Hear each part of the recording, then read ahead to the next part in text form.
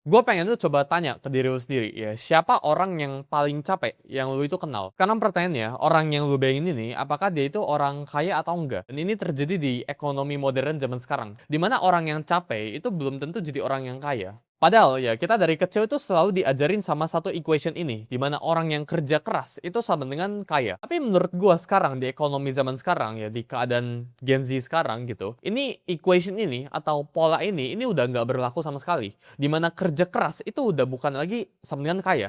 Kerja keras itu justru the bare minimum ya, dan capek itu bukan berarti lu jadi orang kaya. Capek itu justru lu jadi orang yang paling bawah. Dan ini yang nggak pernah diajarin di sekolah ya, di mana sekarang orang yang bekerja paling capek, orang yang bekerja paling keras itu justru akan jadi orang yang paling stuck atau orang yang nyangkut di hidupnya. Gue yakin mereka itu bekerja lebih keras dari gua ya, bahkan jauh lebih capek daripada gua, dan fisik mereka ya itu jauh lebih kuat daripada gua pribadi. Jadi gue itu justru respect sama mereka. Tapi di sini ya, gue pengen kasih tau ke lu kalau kecapean lu, jumlah kecapean lu sama jumlah bekerja keras lu itu nggak ditranslate atau nggak punya korelasi dengan seberapa kaya lu. Karena kalau bekerja keras itu pasti sama dengan jadi orang kaya, maka yang gue bilang tadi, kuli, tukang bangunan, ojol, dan sebagainya, ya itu udah punya duit miliaran, triliunan. Tapi kenyataannya sekarang ya, ojol itu hidupnya itu middle class dan cenderung pas-pasan. Tenaga itu merupakan salah satu aset yang nilainya itu depresiasi atau menurun. Skill yang lu jual itu bisa naik. Ya, tapi tenaga lu dari tahun ke tahun itu menurun sifatnya. Berbeda dengan lu jualnya itu skill contohnya. Kalau yang jual skill di umur 20 bisa aja dapatnya $10, tapi seiring waktu berjalan lu dapat yang namanya itu experience atau pengalaman gitu.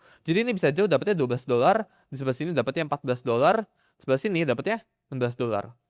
Jadi ini skill, ya ini tenaga. Kalau pasar lelang biasa, ya ini lu nawarnya semakin tinggi, itu yang biasa diambil. Tapi kalau sekarang di sebelah sini, ini skillnya itu sebuah skill yang kalau lu semakin tawar semakin rendah, ya lu bakal diambil. Ini di level 1. Berbeda dengan nanti level keempat ke atas. Di level 1 ini, ya kita ngomongin itu lu itu price taker.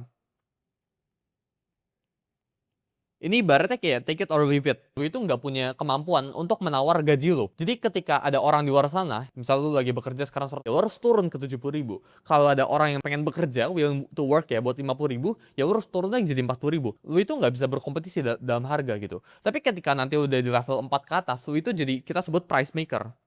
Lu itu yang ngebuat harganya. Gue pengen lu tanya ke diri lu sendiri, kapan terakhir kali lu yang tentuin harga lu pengen dibayar untuk melakukan sebuah hal? Kalau jawabannya itu udah lama banget, ya berarti lu masih di level 1 ini. Ya berarti harga lu itu masih ditentukan oleh orang lain, bukan sama diri lu sendiri. Di level 1 ya, ini lu nggak bisa bilang harga gue itu segini gitu ya. Di level 4 ke atas, ini lu bisa bilang harga gue itu segini.